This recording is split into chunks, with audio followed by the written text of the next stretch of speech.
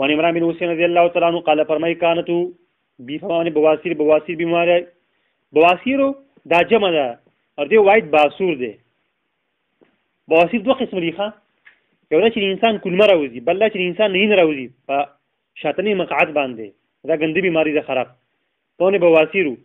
ما ته الله د نبی ته پوښتنه کو عن الصلاة ورته مانځه کې په کلمات نبی سم دا خبره وکړه صلی مسکو قائما په ولاړه باندې فإن لم تستطيع کستا طاقت په ولاړه باندې په قاعدن یا تو په ناسته باندې مسکوا، او فإن لم تستطيع کستا طاقت په ناسته باندې هم نه نو په علا جنبین بیا تو مسکو په چا باندې په اړخ باندې.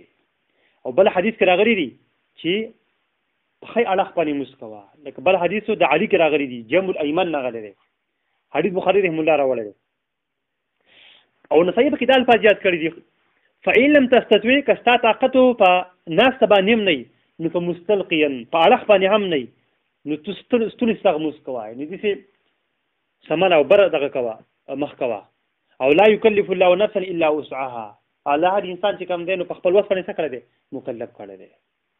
ګوره اول په ولاړه باندې موزي چې کله انسان په ولاړه طاقت نه په ناسته، که په ناسته نه نو په خی اړخ باندې، او که په دې هم نه نو بیا به انسان مستلقین مسکستون استغ بسمدي.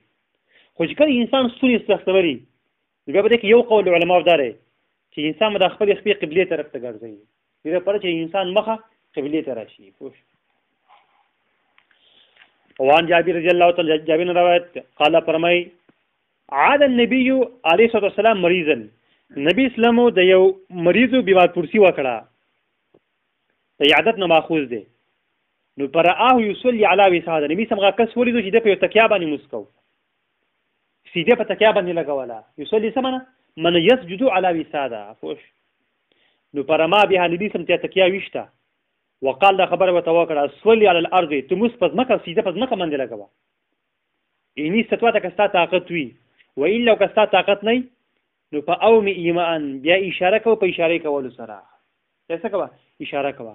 او وجعل سجودک اخفض من رکوعک، تو خپل سیده وګرځوا ډیر ټیټه د خپل رکوع نه، د رکوع لپاره چې کم دغه کې نو غلط کم او سیده لپاره زیات ټیټیږي په اشاره سره مسکوا. حدیث بشقی رحم الله راوړی دی. وصح ابو حاتم وقفه، ابو حاتم الرازی چې کوم دی فرمایي چې دا حدیث موقوف ته جابر باندې، جابر یو کس بیمار پورتی وکړه او دا خبره ورته وکړه چې تو سیده په وسادي باندې مله غوا بلکې په ځمکه باندې لګوا. وګوره حدیث دلیل پر خبره باندې چې کله د انسان طاقت نه چې د سر په ځمکه باندې ولګي، انسان مخ ته کرسي او غیره یا ټیبل یا بس تکیا نګدي، بلکې انسان په اشاره سره څه کوي منځ کوي، د رکوع او سجده پر انسان څه کوي اشاره کوي. او چې کله انسان په دې اشاره باندې قادر نه چې په رکوع په سجده باندې اشاره وکړي، بیا یو قول چې مستساقط، بل قول چې مست نه ساقطيږي بلکې انسان به اشاره کوي په چا باندې پسترګو باندې وسه کوي اشاره کوي.